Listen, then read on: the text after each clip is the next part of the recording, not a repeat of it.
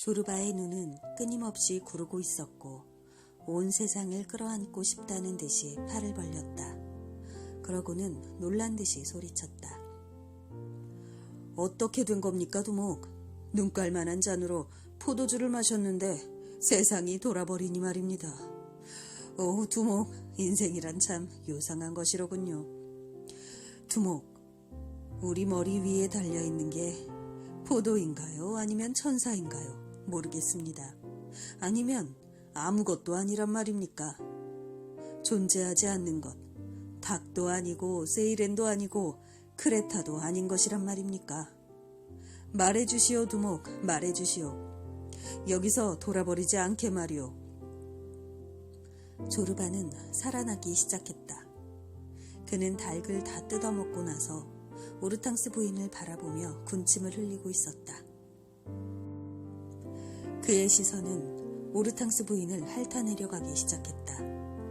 위에서 아래로 훑어내려오다 더듬이가 달린 듯한 그의 눈은 부인의 불룩한 젖가슴 속으로 미끄러져 들어갔다. 우리 귀부인의 조그만 눈도 반짝이기 시작했다. 귀부인도 포도주를 좋아하는 모양이어서 연거푸 몇 잔을 비운 다음이었다. 술 속에 있던 장난꾸러기 마귀가 여자를 세월 좋던 옛 시절로 되돌려 놓았다. 여자는 다시 옛날처럼 다정하고 유쾌하고 콧대 높은 여자로 변했다. 여자는 일어나 바깥문을 잠갔다. 마을 사람들, 부인은 마을 사람들을 야만인이라고 불렀다. 마을 사람들이 보지 못하게 한 것이다. 담배에 불을 붙여 물자 여자의 조그만 프랑스식 들창코에서는 연기가 몽글몽글 피어나왔다. 그럴 때면 여자라는 존재의 모든 문은 활짝 열리는 법. 파수는 쉬고 친절한 말 한마디는 황금 혹은 사랑만큼이나 강한 것이다. 나는 파이프를 붙여 물고 그 친절한 말을 들려주었다. 오르탕스 부인을 뵈니까 사라 베르나르트 생각이 나는군요. 베르나르트의 한창 시절 말입니다. 이 황량한 벽지에서 이토록 우아하고 고상하고 친절하고 아름다운 분을 만날 줄은 몰랐습니다. 어떤 셰익스피어가 부인을 이런 야만인 속으로 보낸 것일까요? 셰익스피어라고요? 어떤 셰익스피어가 그랬느냐고요? 여자가 조그마한 눈을 크게 뜨며 물었다. 여자의 마음은 어느덧 여자가 거쳐온 극장으로 날아가 있었다. 눈 깜빡하는 사이에 여자는 파리에서 베이루트 그리고 아나톨리아의 해안에 이르기까지 카페, 콩세르, 카바레, 술집을 차례로 더듬었다. 문득 생각이 난 모양이었다. 샹들리에가 휘황찬란하고 플러시천 의자에는 신사들과 등이 파인 야외복 차림의 귀부인이 앉아있는 향수 냄새와 꽃다발이 난무하던 알렉산드리아의 대형 극장. 막이 오르자마자 험상궂게 생긴 흑인이 나타났고 어떤 셰익스피어가 그랬느냐고 했죠. 기억을 되살린 여자가 다시 물었다. 셰익스피어를 오셀로라고도 부르나요? 마찬가지지요. 백합 같은 부인이요. 어떤 셰익스피어가 부인을 이 돌틈에다 내던졌던가요? 여자는 주위를 둘러보았다. 문은 닫혀 있었고 앵무새는 잠들었으며 토끼는 교미하고 있어서 뜰엔 우리뿐이었다. 감격한 여자는 다시 한번 우리 앞에다 가슴을 열었다. 향수와 노랗게 변색한 연애 편지와 낡은 옷이 가득 든 오래된 장롱을 여는 것처럼 다시 열었다. 여자가 쓰는 말은 단어를 잘라먹고 음절을 아무렇게나 뒤섞어버려 제멋대로 생겨먹은 그리스어였다. 그러나 우리는 완벽하게 여자의 말을 이해할 수 있었다. 이따금 우리는 웃음을 참느라고 애를 먹었고 또 이따금 술이 꽤 올라 웃다가 눈물을 흘리기도 했다. 말씀드리지만 저 늙은 세이렌이 향수 냄새가 코를 찌르는 정원에서 우리에게 들려주었던 이야기를 대충 옮기면 이렇다. 두 분 앞에 앉아있는 사람은 절대로 술집의 가수가 아니에요. 아니고 말고.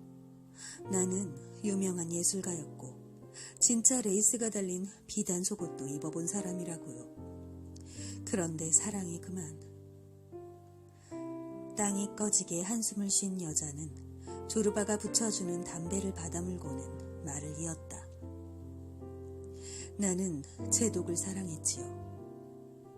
크레타에 또 한 번 혁명이 있자 열강의 함대가 수다항에 닻을 내렸어요.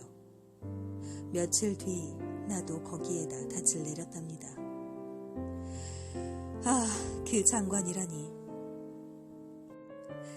내 나라의 제독을 두 분이 봤어야 하는 건데 영국 제독, 프랑스 제독, 이탈리아 제독, 러시아 제독을 모두 금술로 장식한 에나멜 구두에 깃털이 꽂힌 모자를 쓰고 있었다. 수탉 같았지. 75 내지 90kg이나 나가는 수탉이었던 셈이죠. 아이고 그 수염. 곱슬곱슬하고 매끄럽고 새카맣고 단정하기 이를 데 없는 수염. 잿빛 수염, 빨간 수염. 냄새는 또 얼마나 좋았는지. 모두가 쓰는 향수가 달라서 나는 어둠 속에서도 그게 누군지 알아맞힐 수 있었지요. 영국 제독에게는 오드콜로니 냄새가 났고 프랑스 제독은 바이올렛, 러시아 제독은 사향 냄새, 이탈리아 제독은 그러니까 파촐리 냄새가 났어요. 세상에 그렇게 멋진 수염이 또 있을까? 정말 기가 막혔지요. 몇 번인가 우리는 기함에 모여 혁명 이야기를 했지요. 제독들의 제복은 풀어 헤쳐지고 내 실크 슈미즈는 살에 찰싹 달라붙어 있었어요. 제독이 거기에다 샴페인을 쏟아 부었으니까요. 아시겠어요? 여름이었어요. 우리는 혁명 이야기를 하고 있었어요. 아주 진지한 토론이었어요. 나는 제독들의 수염에 매달려 불쌍한 크레타 사람들을 폭격하지 말아달라고 졸랐어요. 우리는 쌍안경으로 카네아 근처 바위 틈에서 꼼지락거리는 크레타 사람들을 보았어요. 아주 작게 보였어요. 파란 바지에 노란 구두를 신은 개미 같더군요. 마구 소리를 지르고 있었어요. 깃발도 있었고요. 뜰을 둘러싼 대나무 숲에 인기척이 있었다. 늙은 여장부는 놀라 말을 멈추었다. 대나무 잎 사이로 장난꾸러기들의 조그만 눈들이 반짝이고 있었다. 마을 꼬마들이 우리가 잔치를 벌이고 있는 걸 알고 몰래 숨어보고 있었던 것이다. 카바레 가수는 일어서려고 했지만 다리가 말을 듣지 않았다. 너무 먹고 마신 것이었다. 여자는 땀을 흘리며 자리로 털썩 무너졌다. 조르바가 돌멩이를 집어들었다. 아이들은 소리를 지르며 달아났다. 계속해요, 우리 아리따운 아가씨. 계속해요, 우리 보물덩어리. 조르바가 떠들어대며 의자를 붙였다. 그래서 나는 이탈리아 제독에게 부탁했지요. 나와는 특히 가까웠지요. 수염을 잡고 말한 거예요. 오 카나바로, 이름이 카나바로였어요. 제발 카나바로, 쾅쾅은 안 돼요. 쾅쾅은 이제 그만해요. 여기 있는 이 사람이 크레타를 몇 번이나 구한 줄 아무도 모를 거예요. 장전이 끝난 한포를 보고는 몇 번이나 제독의 수염에 매달려 쾅쾅을 못하게 했는지 모를 거예요. 그런데 내가 그 대가로 뭘 받았어요? 내가 받은 훈장이 어떤 것인지 봐요. 오르탕스 부인은 사람들의 배은망덕한 행위에 분개하고 있었다. 여자는 주름 잡힌 보드라운 주먹으로 식탁을 쾅 쳤다. 조르바가 익은 솜씨로 벌린 다리를 더듬다 움켜잡으며 취응을 이기지 못해 소리를 질렀다. 오, 나의 부블리나, 제발 쾅쾅은 그만해요. 우리의 귀부인이 킬킬거렸다. 손 치워요. 내가 누군지 알고나 하는 수작이에요. 여자가 조르바에게 음탕한 시선을 던졌다. 오색하는 재주라면 당할 자가 없는 조르바가 응수했다. 하늘에는 하느님이 계십니다. 나의 부블리나, 그렇게 의기소침할 일이 아니오. 우리가 여기 있지 않소. 그러니 겁내지 말래도. 늙은 세일에는 고개를 들어 하늘을 올려다보았다. 여자가 본 것은 새장에서 잠이 든 초록색 앵무새였다. 우리 카나바로, 귀여운 카나바로. 여자가 사랑에 겨워하는 소리로 새를 불렀다. 주인의 목소리를 알아들은 앵무새는 번쩍 눈을 뜨고 새장 가름대 위로 뛰어 올라가 물에 빠져 금방 숨이 넘어가는 목소리로 카나바로, 카나바로 하고 울기 시작했다. 현재가 중요한 거지. 조르바는 이렇게 소리치며 다시 한번 여러 놈이 거쳐갔지만 이번엔 자기 것으로 만들고 싶다는 듯이 여자의 늙은 무릎을 만졌다. 퇴물 카바레 가수는 앉은 채로 몸을 꼬며 다시 잔주름이 생긴 입술을 열었다. 싸우는 것으로 말하자면 나도 용감하게 싸웠어요. 가슴과 가슴을 맞대고. 그런데 몹쓸 날이 왔어요. 크레타가 자유를 찾자 함대엔 떠나라는 명령이 내려왔어요. 나는 어떻게 되는 거죠? 나는 내 제독의 수염에 매달려 물었었어요. 나를 어디에다 두고 떠나는 거예요? 나는 귀부인 생활과 샴페인과 로스트 치킨에 입맛이 들었는데 나는 졸병들 경례받는데 입맛이 들었어요. 그런데 한꺼번에 서방 넷을 잃고 곱빼기에 곱빼기 과부가 되다니. 각하며 제독님네들, 나는 어떻게 되는 거죠? 그 사람들은 그저 웃기만 합디다. 사내란 다 그런 거지. 이들은 영국과 이탈리아 파운드, 프랑스 나폴레옹 화폐, 러시아 루블을 잔뜩 집어줍디다. 나는 돈을 내 스타킹, 브래지어, 그리고 구두에 잔뜩 넣었지요. 이별하기 전날 밤 내가 어찌나 울었던지 제독들도 불쌍했었나 봐요. 욕탕에다 샴페인을 가득 채우더니 날 거기에다 집어넣더군요. 그 짓이라면 처음 하는 게 아니에요. 그러고는 날 위로하는 뜻에서 그 샴페인을 퍼마시더군요. 술에 취하자 제독들은 불을 껐어요. 아침이 되어 일어나 보니 내 몸에서는 4가지 향수 냄새, 바이올렛 오드콜료뉴, 사향 파촐리가 골고루 나는 거예요. 내 강대국 영국, 프랑스, 러시아, 이탈리아를 나는 바로 이 무릎 위에다 올려놓고 이렇게 데리고 논 거예요. 손 치우라고 했어요. 우리의 여걸께서는 얼빠진 사람처럼 울다가 웃었다. 당신 주제나 좀 보시지. 황금빛 견장은 어디 있고 삼각모, 향수 뿌린 수염은 어디 있죠? 그래요. 그건 옛날 일이지. 조르바의 손을 꼭 쥐며 오르탕스는 또 울음을 터뜨렸다. 밖이 서늘해졌다. 우리는 한동안 아무 말 없이 앉아 있었다. 대나무 숲 뒤의 바다는 한숨을 쉬었다. 마침내 다시 평화로운 바다가 된 것이었다. 까마귀 2마리가 우리 머리 위로 날아갔는데 날갯짓 소리가 흡사 비단, 여가수의 비단 쉬미지를 찢는 소리 같았다. 저녁 노을이 마당에 황금 먼지를 뿌리는 것 같았다. 오르탕스 부인의 예쁜 입술엔 불이 붙어 미풍에 파르르 떨리고 있어서 불길에다 날개를 달아 옆에 앉은 사람의 가슴에다 붙이려는 듯했다. 황금빛 노을이 반쯤 드러낸 젖가슴과 이제는 나이를 먹어 살이 오른 벌어진 무릎, 이목구비, 낡은 궁전 구두를 물들였다.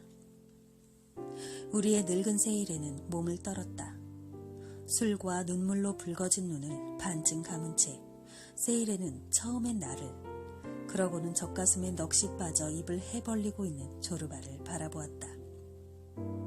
우리 둘 중 누가 카나바로인지 알아내려는 것이었다.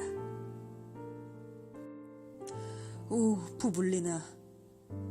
조르바가 정열적으로 부르짖으며 제 무릎으로 오르탕스 부인의 무릎을 지그시 눌렀다. 걱정 말아요. 하느님도 없고 악마도 없어. 자, 조그만 머리를 들고 두 손으로는 턱을 괴고 노래나 한 곡조 들려줘요. 죽음 따위는 개나 물어가라지. 조르바는 후끈 달아있었다. 왼손으로는 수염을 꼬고 있었고 오른손은 술과 추억에 취한 여가수를 더듬었다. 말은 더듬었고 눈은 개슴츠레했다. 그의 앞에 있는 것은 쪼글쪼글하게 늙고 화장이 천박한 늙은 여자가 아니라 그가 입버릇처럼 여자를 부를 때 쓰는 암컷이었다. 인격으로서의 여자는 사라지고 젊든 늙든 아름답든 추하든 이런 것은 별로 중요하지 않은 장식에 불과했다. 용모는 그의 눈에 보이지 않았다. 모든 여자 뒤에는 위엄이 있고 신성하고 신비스러운 아프로디테의 얼굴이 떠오르는 것이었다. 조르바가 보고 말하고 바라는 것은 바로 그 얼굴이었다. 오르탕스 부인은 덧없는 순간에 투명한 가면에 지나지 않았고 조르바는 이 가면을 찢고 영원한 입술에 키스하는 것이었다. 나의 보물이여, 백설 같은 목을 들어요. 그가 숨을 헐떡거리며 애원했다. 백설 같은 목을 들고 노래라도 한 곡 좀 불러봐요. 늙은 여가수는 빨래하느라고 터져버린 손으로 턱을 괴었다. 여자의 눈 역시 개슴츠레해져 있었다. 몇 마디 외마디 소리를 지른 여자는 이윽고 18번을 부르기 시작했다. 반쯤 음탕하게 감은 눈으로 조르바를 바라보며 여자는 몇 번이나 되풀이해서 불렀다. 이미 조르바를 카나바로로 점찍어버린 것이었다. 흐르는 세월 속에서 내 어쩌다 그대를 만나가지고. 조르바가 벌떡 일어나 산투르를 집어왔다. 그러고는 터키식으로 앉아 악기를 풀어 무릎 위에 놓고 그 큰 손으로 치기 시작했다. 그가 부르짖었다. 아, 부불리나, 칼을 가져다 내 목을 따주렴. 어둠이 내리고 하늘에 별이 나왔다. 산투르의 감미로운 소리가 높아지며 조르바의 욕망에 불을 질렀고 닭고기와 밥, 아몬드와 포도주를 진탕 먹고 마신 오르탕스 부인은 조르바의 어깨에다 무거운 몸을 의지하며 한숨을 쉬었다. 여자는 자기 몸을 조르바의 깡마른 옆구리에다 부드럽게 비비대며 하품과 한숨을 번갈아 토해내었다. 조르바가 내게 신호를 보내며 목소리를 낮추었다. 두목, 이 여자 분위기가 잡혔어요. 제발 우리 둘만 좀 있게 해줘요.